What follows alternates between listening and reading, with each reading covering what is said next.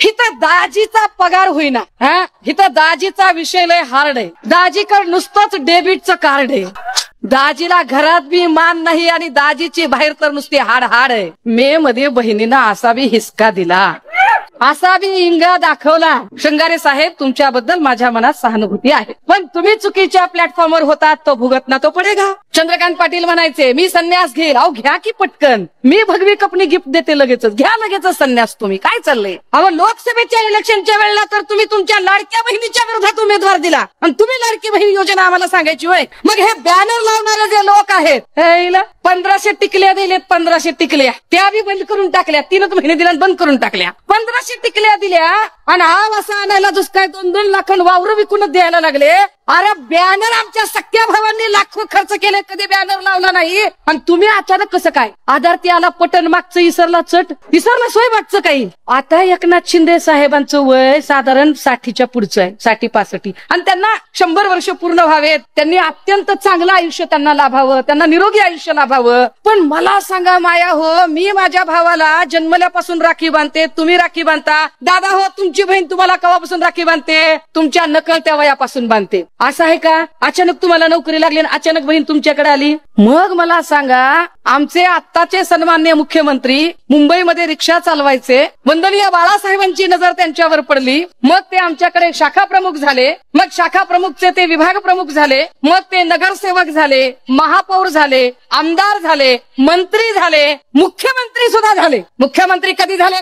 ते जुलै 2022 ला मुख्यमंत्री झाले. शाखा प्रमुख असल्यापासून त्यांना कधीही बहीण आठवली नाही कुणाची. ते मुख्यमंत्री झाले. ज्या अजितदादांनी योजना जाहीर केली त्या अजितदादांना आधी काही बहीण नव्हती का? लोकसभेच्या इलेक्शनच्या वेळेला बहीण नव्हती. अहो लोकसभेच्या इलेक्शनच्या वेळेला तर तुम्ही तुमच्या लाडक्या बहिणीच्या विरोधात उमेदवार दिला आणि तुम्ही लाडकी बहीण योजना आम्हाला सांगायची होय का? आम्ही काय धोत्रावर इन करतो का डोसकेला गोड तेल लावतो का? कळत नाही आम्हाला काही. कुठून आली ही लाडकी बहीण योजना? अरे जुलै 2022 मध्ये साहेब मुख्यमंत्री झाले शिंदे साहेब. जुलै गेला, ऑगस्ट गेला, सप्टेंबर, ऑक्टोबर, नोव्हेंबर, डिसेंबर, बहीण आठवलीच नाही. मग 2023 साल उजडलं. जानेवारी, फेब्रुवारी, मार्च, एप्रिल, मे, जून, जुलै, ऑगस्ट, सप्टेंबर, ऑक्टोबर, नोव्हेंबर, डिसेंबर, लाडकी बहीण आठवलीच नाही. 2024 उजडलं. जानेवारी, फेब्रुवारी, मार्च, एप्रिल, लाडकी बहीण आठवलीच नाही. मे मध्ये बहिणीनं असा बी हिसका दिला, असा बी इंगा दाखवला. शृंगारे साहेब, तुमच्याबद्दल माझ्या मनात सहानुभूती आहे, पण तुम्ही चुकीच्या प्लॅटफॉर्मवर होतात तो भुगतना तो पडेगा. संगत, वाईटाची संगत असल्यामुळे असं होतं ना कधी कधी की सुगंध चंदनाचा फार चांगला असतो, परंतु त्याला साप कवटाळतो त्यावेळेला जात नाही कुणी सहजा लवकर. दादा हो, यांना कुणालाही बहीण आठवली नाही. आता अचानक बहीण एकदम आठवली, कारण जेव्हा लक्षात आलं की लोकसभेला आपण दणकावून पडलो आहोत, आपण तोंडघशी आपटलेलो आहोत आणि जे आशिष शेलार सांगत होते की संपूर्ण महाविकास आघाडी म्हणून सुद्धा यांच्या जागा साध्या 10 अंकी 2 अंकी जागा होणार नाही, 10 अंकी 10 एवढा आकडा होणार नाही.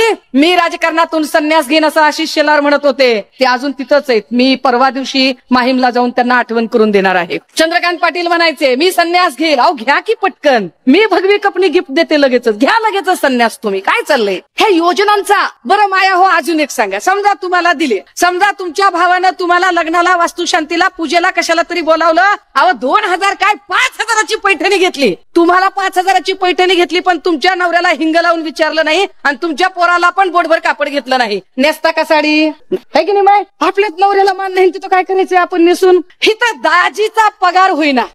इथं दाजीचा विषय लय हार्ड आहे. दाजीकडे नुसतंच डेबिटचं कार्ड आहे.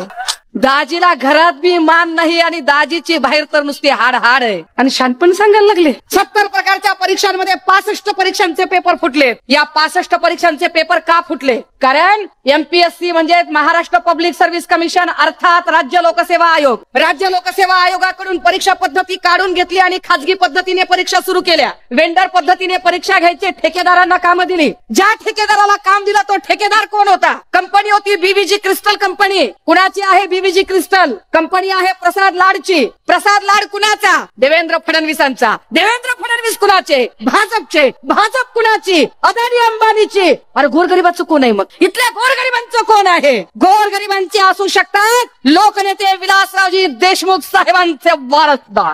गोरगरिबांचे असू शकतात सन्मान्य पक्षप्रमुख उद्धव बाळासाहेब ठाकरे. गोरगरिबांचे जाणते राजे असू शकतात आदरणीय शरदचंद्रजी पवार साहेब. काय बेताल पद्धती पद्धतीची वक्तव्य करतात त्यांचे आमदार आणि खासदार. काय वाईट पद्धतीचं वातावरण चालू आहे. कधी अब्दुल सत्तारांचा तोल सुटतो, कधी संजय सिरसाटचा तोल सुटतो, कधी अजून कुणी. या सगळ्या बोल घेवड्यांनी बाई म्हणजे जणू यांच्यासाठी खेळणं वाटायला लागलं. म्हणून आम्हाला का गरजेची आहे ही निवडणूक? आमच्या लेकी बाळींच्या सन्मानासाठी, महाराष्ट्रातल्या लेकी बाळींची आबरू सुरक्षित ठेवण्यासाठी आम्हाला ही निवडणूक महत्वाची आहे. बरं, आमचा प्रॉब्लेम काय आहे? आमचा प्रॉब्लेम असा आहे की लेकी बाळींचे काही प्रॉब्लेम झाले, काही अडचण आली, आम्ही पोलीस स्टेशनला गेलो. हे इकडे सगळे पोलीस बसलेले, त्यांची चूक नाहीये बिचाऱ्यांची, कारण ते फक्त त्यांची ऑर्डर फॉलो करतात. पण प्रत्येक आमदाराने केलं काय? सत्ताधाऱ्यांच्या आमदारांनी आपल्या आपल्या मर्जीतले पीआय आणले आणि आपल्या आपल्या पोलीस स्टेशनला ठेवले. जो पोलीस स्टेशनला पीआय आला त्या पीआयने सत्ताधाऱ्याच्या आमदारांनी सांगितलं तरच तर आणि तरच 353, 354, 376, 384 असे गुन्हे दाखल करून घ्यायचे आणि विरोधकाचा बिचारा निष्पाप असला तरी त्याला अडकवायचं आणि सत्ताधाऱ्यांचा गुन्हेगार असला तरी त्याला सोडून द्यायचं.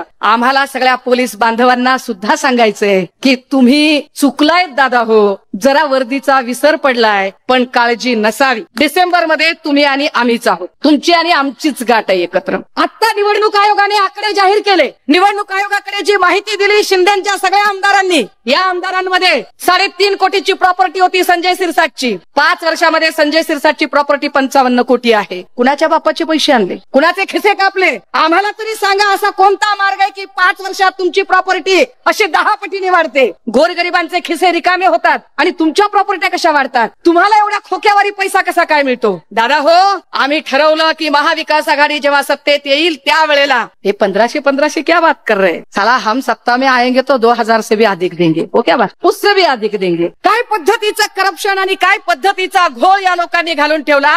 किती जीआर करतात, किती जीआर. या सरकारला आंदोलनाची मानसिकता हाताळता येत नाही, लोकांशी नीट बोलता येत नाही. लोक जेव्हा प्रश्न विचारायला जातात त्यावेळेला ते फक्त आणि फक्त लोकांना ठोकायला बघतात. कधी आंतरवली सराटीत आमचा मराठा भाऊ काही मागायला जातो तेव्हा लाठी हल्ला, गोळीबार. तिकडे देहू आळंदीला वारकरी येतात, लाठी हल्ला, लगेच अश्रुधूर. इकडे बारसू रिफायनरीच्या आंदोलनामध्ये आंदोलक म्हणतात की अरे इकडे रिफायनरी नाही झाली पाहिजे, लगेच लाठी हल्ला. अरे बदलापूरमध्ये आपल्या लेकराच्या सुरक्षिततेसाठी म्हणून पालक रस्त्यावर आले, तर एकनाथ शिंदेच्या मनात किती संवेदना बघा. मुख्यमंत्र्यांनी खरं तर पालकत्व घेतलं पाहिजे, पण मुख्यमंत्री म्हणतात की बाहेरून आलेले लोक होते. बाहेरून म्हणजे कुठून? पाकिस्तान मधून आले होते काय? बाहेरून आले होते म्हणजे कुठून आले होते? महाराष्ट्राची लेखबाळ ती सगळ्यांची लेखबाळ. परंतु काय पद्धतीचं राजकारण केलं दादा हो. बदलापूरमध्ये एका वामन म्हात्रेला अटक करण्यासाठी 7.5 तास मला उन्हात ताटकळत बसावं लागलं, पण त्याच वामन म्हात्रेवर गुन्हा दाखल झाल्यानंतर त्याचा जामीन फक्त 2.5 तासात झाला. काय सरकार आहे, काय कायदा करून टाकला. लॉ अँड ऑर्डरची धज्जिया सगळी उडवून टाकली. आणि या लोकांना जेव्हा यांच्यावर बोलता येत नव्हतं तेव्हा यांनी जाती जातीत भांडणं लावली. आधी यांनी मराठा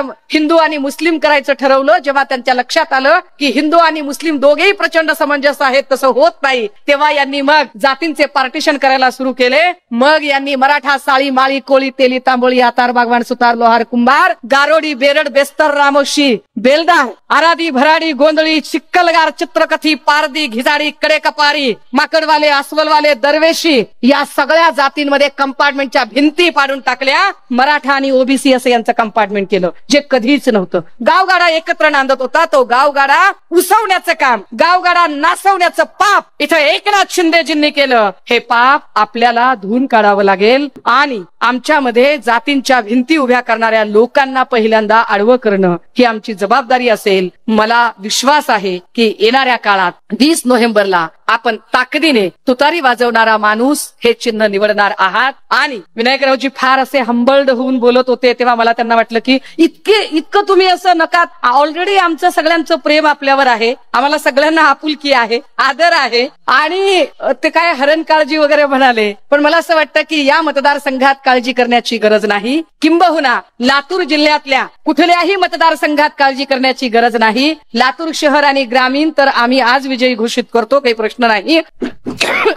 औशाची सीट कालपर्यंत औशाच्या विरोधकांचे मनसुबे काही वेगळे होते, परंतु त्या मनसुब्यांवर काल आम्ही पाणी चांगलंच फिरलेलं आहे आणि त्यामुळे औशाची सीट आमची ही अत्यंत ताकदीने आम्ही काढणार आहोत. त्याच ताकदीने दुसरी उदगीरची आणि निलंग्याची सीट सुद्धा असेल. लातूर मधला विजय एक सुद्धा सीट जाता कामा नये. एक हाती विजय आपण सगळेजण जर प्रयत्न केला तर होऊ शकतो. दादा हो, 84 वर्ष वयाचा एक तरुण जर अजूनही ताकदीने राज्यभर पिंजून काढत आहे, फिरत आहे, तर आपली जबाबदारी किमान आपण एवढं तर करूच शकतो की जर आमच्यासाठी एक 84 वर्षाचा वयोवृद्ध नेता फिरत आहे, तर आम्ही किमान आमच्या बूथ केंद्रापर्यंत जाऊन तुतारी वाजवणाऱ्या माणसावर शिक्कामोर्तब करू शकतो आणि महाराष्ट्राचं भविष्य घडवायला मदत करू शकतो.